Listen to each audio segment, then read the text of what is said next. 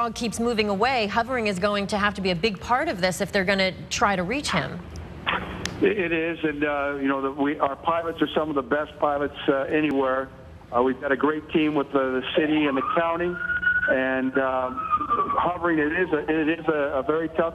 Some of the folks that fly for you right now will probably be nodding their head up and down, saying they do it all the time.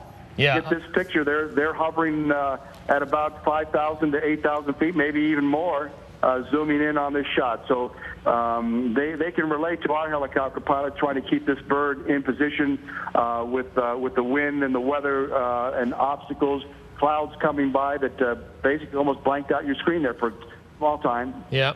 And I have not been able to ride on one of these helicopters during a rescue operation, but I have with the Coast Guard in Alaska, and I can tell you that every eye on that helicopter is involved in the flight. Now, obviously, there's one pilot who's flying it, but the folks, the crew chief, everyone is involved in communicating throughout all of this, and it looks like we're about to try to effect a rescue here. Here comes the firefighter. He's making the move on the dog. I think it looks like the dog is barking and maybe even trying to bite the firefighter, and you can understand that. The firefighter really hanging in there and doing a great job of wrestling that rope or ring around the firefighter. What a job he's doing. Looks like he just gave a sign now to try to hoist them up, possibly. Right. He's got a capture strap amongst him. He's given the hand signals there when he's ready to the crew chief. He's put him in a harness or a capture strap. Try to hold on to that dog to let him know that he's going to be okay. Sometimes with a human being, it's a lot easier, but you know, this guy is very scared. He doesn't understand what his surroundings are, but I'm sure the firefighter is trying to comfort the dog and let him know that he's okay and he's going to be hanging with him. He's going to take him into a new dimension that he's never been in his life ever before. But he'll probably be drug here a little bit before the helicopters can get him up. And there he goes, airborne now, and it looks like we got a good capture now. All right, and now, and the danger is not over, we should say. You were talking about the danger of the hover. One of the dangers in a situation like this is that somehow the pilot becomes distracted, gets too focused on the rescue itself, and isn't flying the ship. And in this case, we don't expect that to happen, but just to make the point that this is not over yet, and this firefighter who's bringing the dog up, the entire team on that helicopter, putting their lives at risk to save this dog trapped in the LA River in Vernon. We've been watching this rescue underway, and as Captain Steve Ruda from LA City Fire has been telling us, it looks like we've got a good capture. They're now down onto solid ground.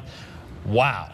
What an amazing job by that rescue worker. A little hard landing there, but they're down, and hopefully they'll have other firefighters from the Swiftwater team take control of the animal, find out who he belongs to, and I think we'll change this dog's name to Lucky today. Sounds good. What a wonderful end to this story. I mean, look at all the hard work that went into that rescue, and boy, what a payoff. We're truly glad to do it. It's part of our job. Like I said before, all life is important to us within every fire service. Whatever community is watching Channel 5 today, firefighters have been putting it on the line all week, whether it be in Swiftwater, helping sandbags, working with the city. The city family has tried to come out in force to make sure that people are safe, and that's for sure. Hey, Steve, I want to make sure we give credit where credit is due. I see a big number 4 on the side of that helicopter. Once again, give a shout out to those guys from that helicopter and from the station they belong to.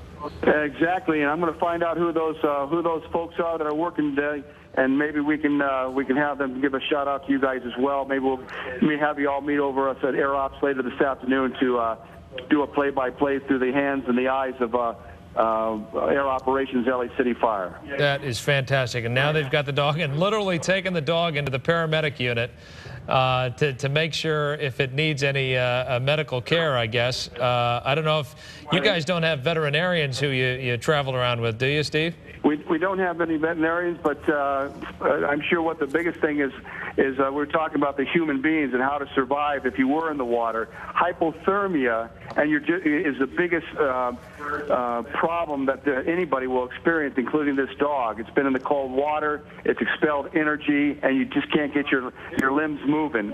So what probably they're going to do is wrap that animal up in some blankets and get it a little bit warmed, and then take it to the closest animal shelter there from where they are, and try to reunite it with its owner.